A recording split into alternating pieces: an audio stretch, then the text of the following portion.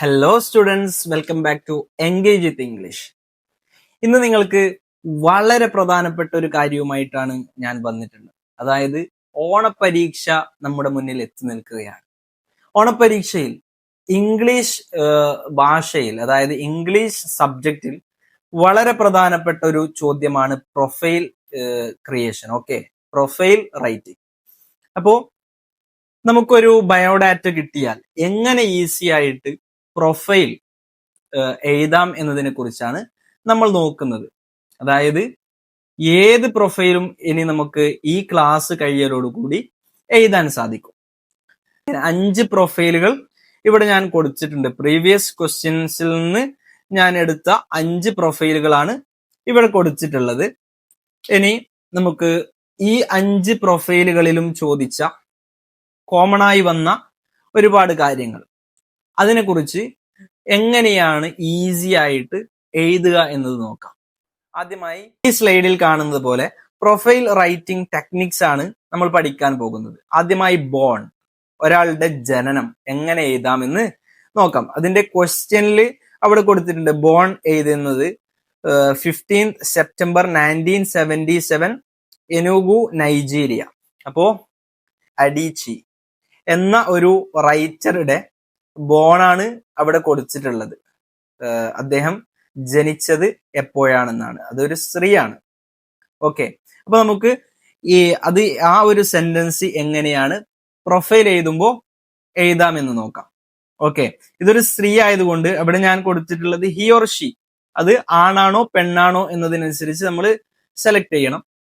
Bone എന്നതാണെങ്കിൽ എഴുതുന്നത് എങ്കിൽ he was born അല്ലെങ്കിൽ ഷീ വാസ് ബോൺ എന്നാണ് എഴുതേണ്ടത്.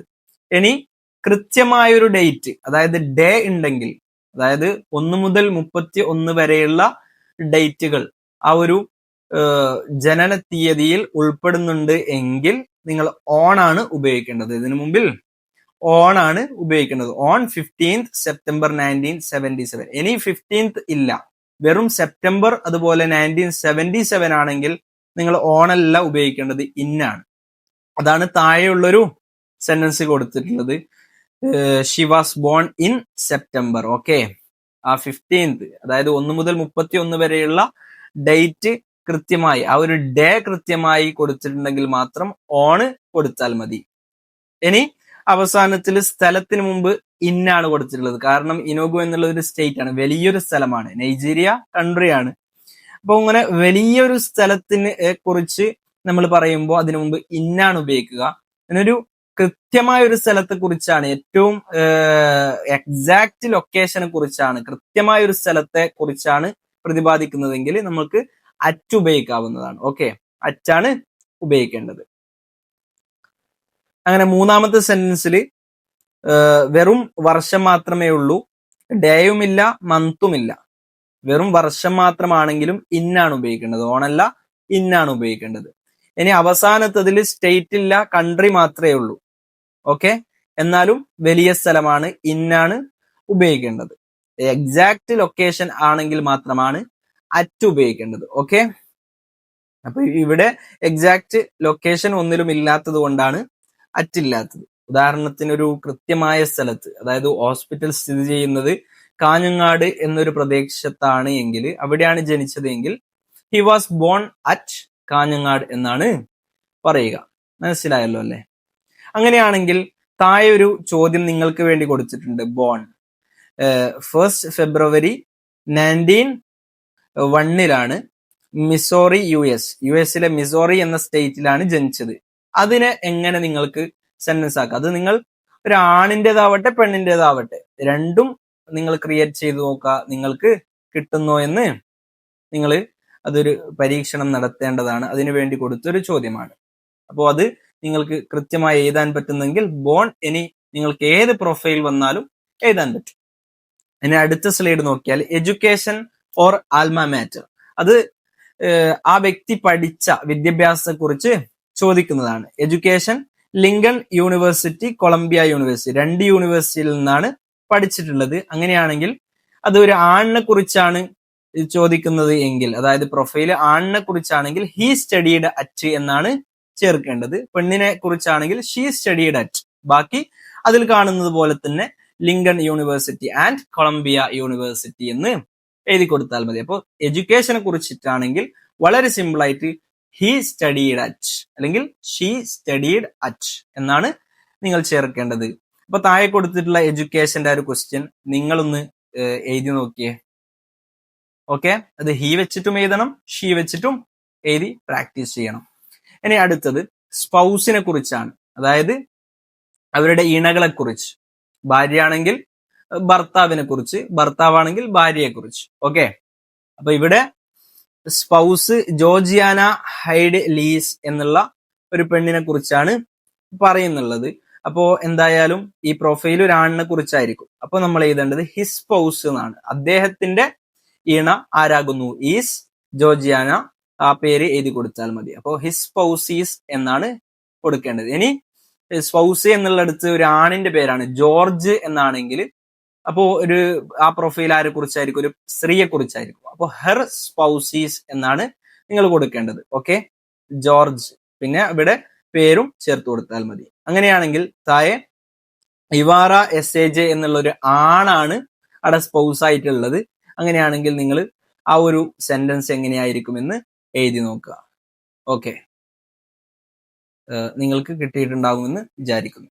അടുത്ത അവാർഡ്സിനെ കുറിച്ചിട്ടാണ് നിങ്ങളോട് ചോദിക്കുന്നത് എങ്കിൽ ഇവിടെ കൊടുത്തിട്ടുണ്ട് women's prize for fiction, national book critics circle award for fiction. 2 അവാർഡുകൾ കിട്ടിയിട്ടുണ്ട്.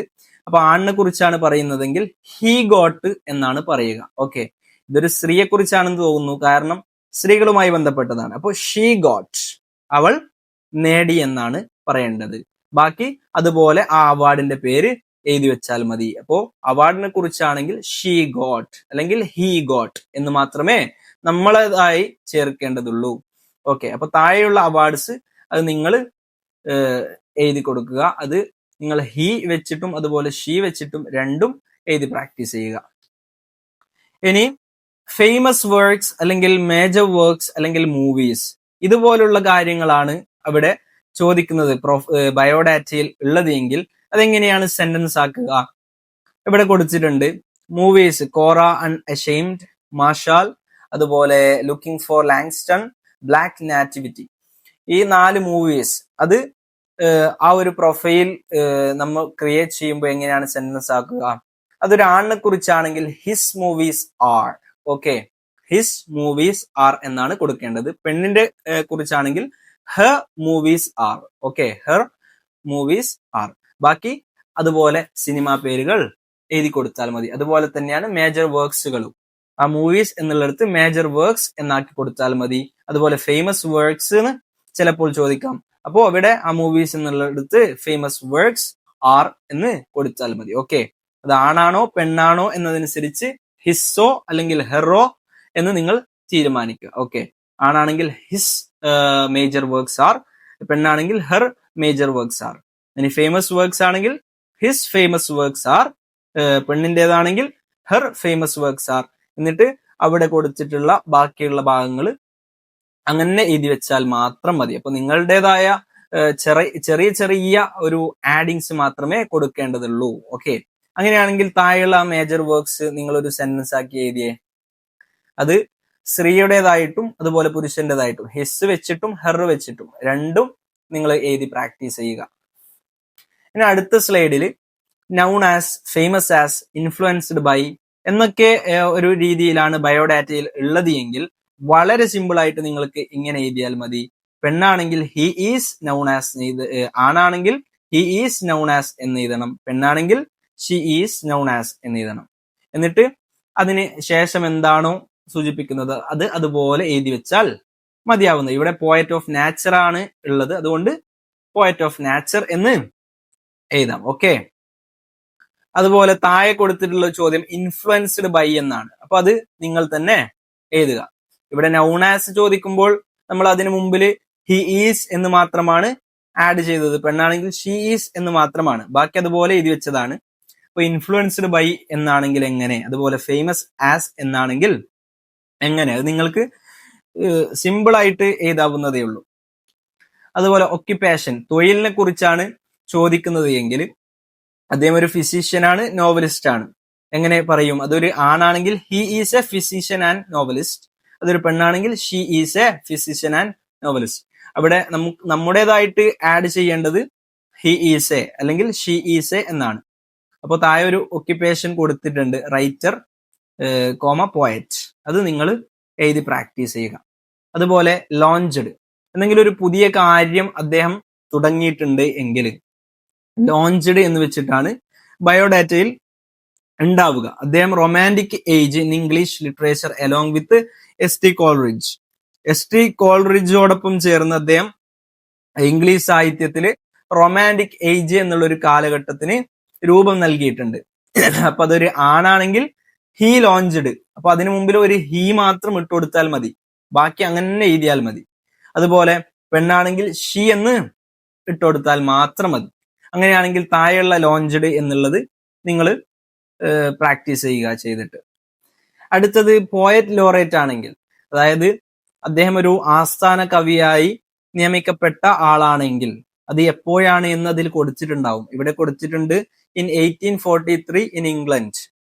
അപ്പൊ അതിനെക്കുറിച്ച് നമ്മൾ ഒരു സെന്റൻസ് ഉണ്ടാക്കുമ്പോൾ he was poet laureate, okay, അല്ലെങ്കിൽ ഷി വാസ് പോയറ്റ് ലോറേറ്റ് എന്ന്, ഹി വാസ് അല്ലെങ്കിൽ ഷി വാസ് എന്ന് മാത്രം ആഡ് ചെയ്ത് കൊടുത്താൽ മതി.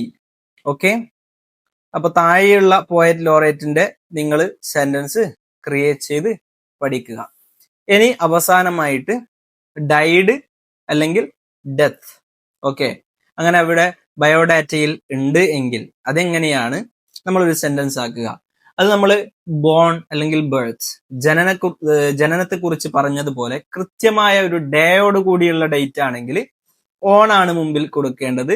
അല്ല മാസവും അതുപോലെ വർഷവും മാത്രമാണെങ്കിൽ ഇന്ന് കൊടുത്താൽ മതി. ഇനി വർഷം മാത്രമാണെങ്കിലും ഇന്ന് മാത്രം കൊടുത്താൽ മതി.